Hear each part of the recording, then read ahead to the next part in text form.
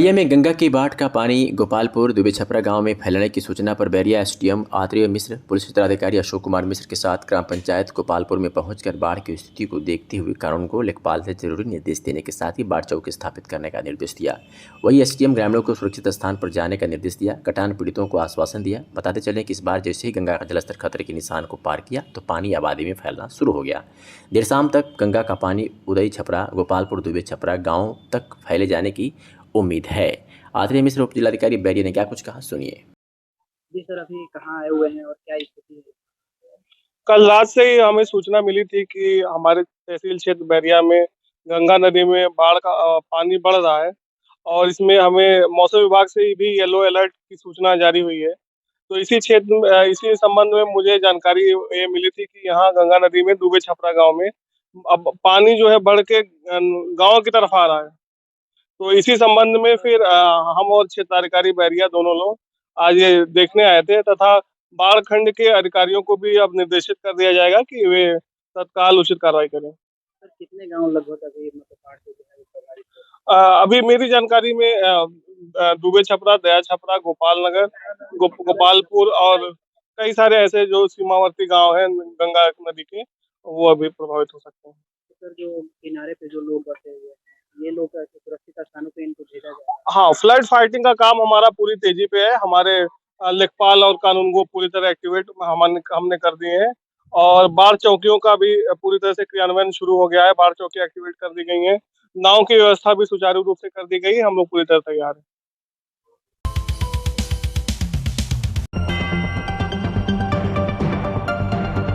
से खबर है जहां जिले के मुरौल प्रखंड की इटहा रसूल नगर पंचायत में लोहिया स्वच्छ बिहार अभियान के तहत कार्यक्रम का आगाज किया गया। मौके पर मनोज राय ने कार्यक्रम का शुभारंभ किया। कार्यक्रम में प्रखंड विकास पदाधिकारी से जदयू के पूर्व जिलाध्यक्ष हरिओम कुशवाहा, जदयू के पूर्व जिला महासचिव सुरेश भगत सहित अन्य ग्रामीण मौजूद रहे। मुखिया देव कुमार सिंह ने क्या कुछ कहा, देखिए मुजफ्फरपुर से हमारे संवाददाता विपिन कुमार की इस रिपोर्ट में। ये स्वच्छ भारत मिशन ग्रामीण लोहिया स्वच्छ बिहार अभियान के तहत आज जो वितरण किया गया है, डस्टबिन, पैडल रिक्शा और फॉगिंग मशीन, तमाम चीज़ें जो वितरण की गई है, इसका एक ही उद्देश्य है कि गांव को स्वच्छ बनाना है। समृद्ध गांव, स्वच्छ गांव का हम लोगों ने नारा दिया है। इसके तहत अभी जो 7 निश्चय पार्ट 2 चल रहा है, इसमें हम लोगों को पंचायत को प्रत्येक घर में 2 डस्टबिन देना है, जिसमें कि एक गीला कचरा का होगा, एक सूखा कचरा का होगा, और इसे पंचायत के माध्यम से पंचायत को सुंदर और स्वच्छ बनाना है। स्वच्छता को लेकर सरकार लाखों रुपए खर्च कर रही है। क्या कुछ इस कार्यक्रम का असर समाज के लोगों पर दिखेगा? देखिए, स्वच्छता अपने आप में ही एक ऐसा शब्द है कि स्वच्छ होना ही समृद्ध होना है। अगर आप स्वस्थ होंगे तो समृद्ध होंगे, और स्वस्थ होने के लिए स्वच्छ रहना बहुत ही जरूरी है। तो जब तक कि हम स्वच्छता पर काम नहीं करेंगे, काम तो बहुत सारी हुई है, लेकिन अब ये काम है कि स्वच्छ होना, गांव को समृद्ध करना है। इसी पर सरकार ने हम लोगों को ये जवाबदेही दी है और पंचायती राज को जवाबदेही दी है कि आप इस पर काम करें। स्वच्छता को लेकर सवाल है, एक मामला है कि पूर्व में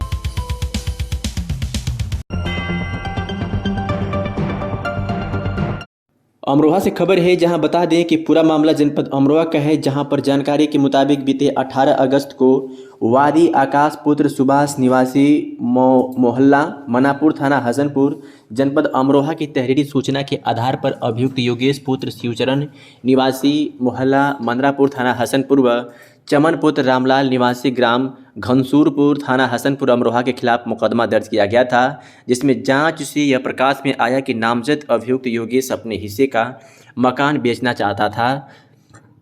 मृतक सुभाष व उसके पिता शिवचरण इस बात पर ऐतराज़ करते थे। 16 अगस्त को मृतक सुभाष व उसके पुत्र विकास एवं पिता शिवचरण व अभियुक्त योगेश के मध्य मकान बेचने को लेकर मोहल्ला मनापुर कस्बा व थाना हसनपुर में कहासुनी हुई थी।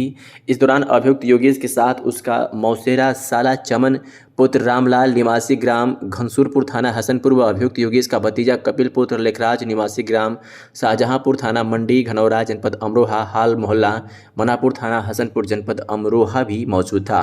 इसी बात को लेकर योगेश व चमन ने कपिल पुत्र लेखराज व मनोज पुत्र हेमराज के साथ ग्राम घनसूरपुर में शाम के समय बाग में बैठक कर शराब पीकर योजना बनाकर हसनपुर झकड़ी अड्डे पर समय करीब 8 बजे पहुंचे तो वहीं पर मृतक सुभाष भी मिला जो पहले से शराब के नशे में था। इन चारों ने झकड़ी अड्डे पर स्थित शराब के अड्डे से 5 पवे लिए और झकड़ी रोड पर शराब पीकर मृतक सुभाष को साथ लेकर खेतों के रास्ते जारत को जाने वाले कच्चे रास्ते से होते हुए हैबतपुर रोड बागों के रास्ते से निकलते हुए खालिद चौधरी के बाग में सुभाष को ले जाकर गला दबाकर उसकी हत्या कर दी और उसके शव की पहचान छिपाने के लिए काला तेल डाल दिया था। अभियुक्त योगेश द्वारा अपनी निशानदेही पर काले तेल की शीशी को घटनास्थल से बरामद कराया है। उपरोक्त अभियोग में अभियुक्त योगेश व चमन के बयान एवं तस्करा पूछताछ के आधार पर धाराओं में वृद्धि की गई और नामजद अभियुक्त योगेश चमन एवं प्रकाश में आए अभियुक्त कपिल एवं मनोज उपरोक्त को गिरफ्तार कर न्यायालय के समक्ष पेश किया गया। ये थाना हसनपुर अंतर्गत एक मनापुर मोहल्ला है, वहाँ 16/8 को एक हत्या की घटना घटित हुई थी जिसके संबंध में थाने पर 302 IPC का मुकदमा लिखा गया था। इसमें सुभाष नामक एक व्यक्ति था, उसकी बाग में डेड बॉडी मिली थी।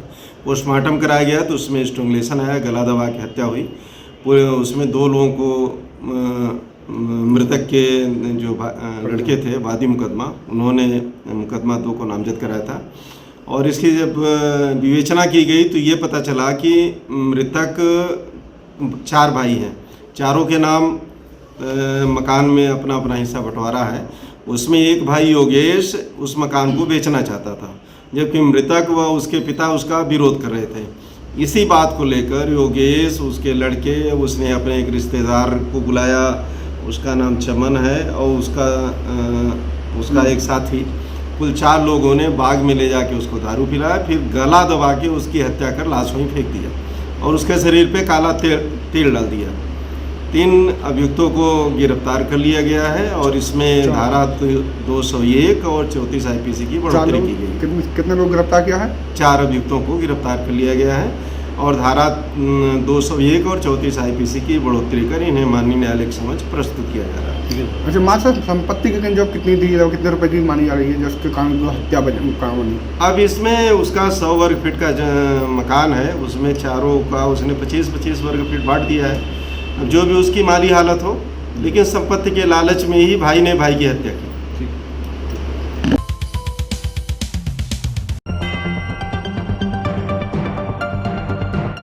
और एक खबर उत्तर प्रदेश के बलरामपुर जनपद से है, जहां श्री कृष्ण जन्माष्टमी पर बलरामपुर के सभी तहसीलों के मंदिरों को सजा दिया गया था। भक्तों की उमड़ी भीड़ ने वहां पर लोगों को विवश कर दिया था, खुश होने पर और कृष्ण भक्ति में झूमने पर। खबर बलरामपुर के उतरौला से है, जहां श्री कृष्ण जन्माष्टमी उत्साह के साथ मनाई जा रही है। कृष्ण जन्माष्टमी के अवसर पर उतरौला के मंदिरों को भव्य तरीके से सजाया गया है। मंदिरों में श्री कृष्ण भक्तों की भारी भीड़ उमड़ रही है।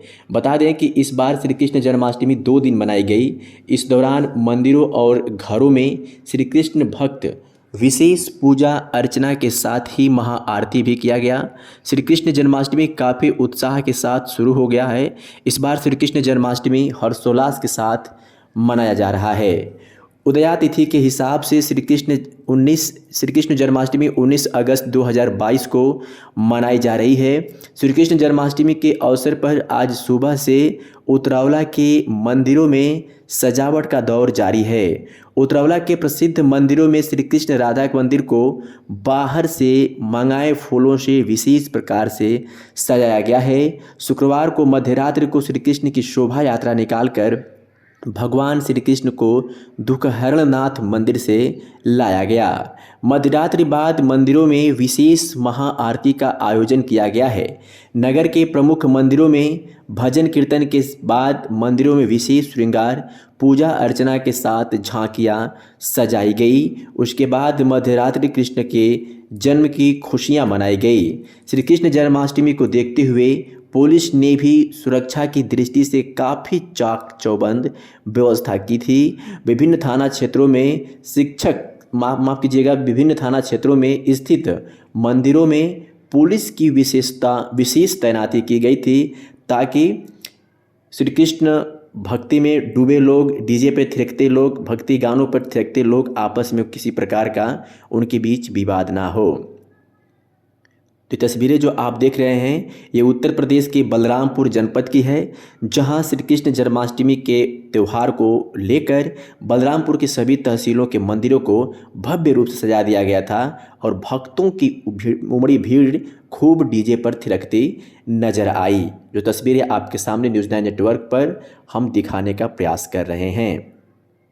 उतरौला में श्री कृष्ण जन्माष्टमी उत्साह के साथ धूमधाम से मनाई गई।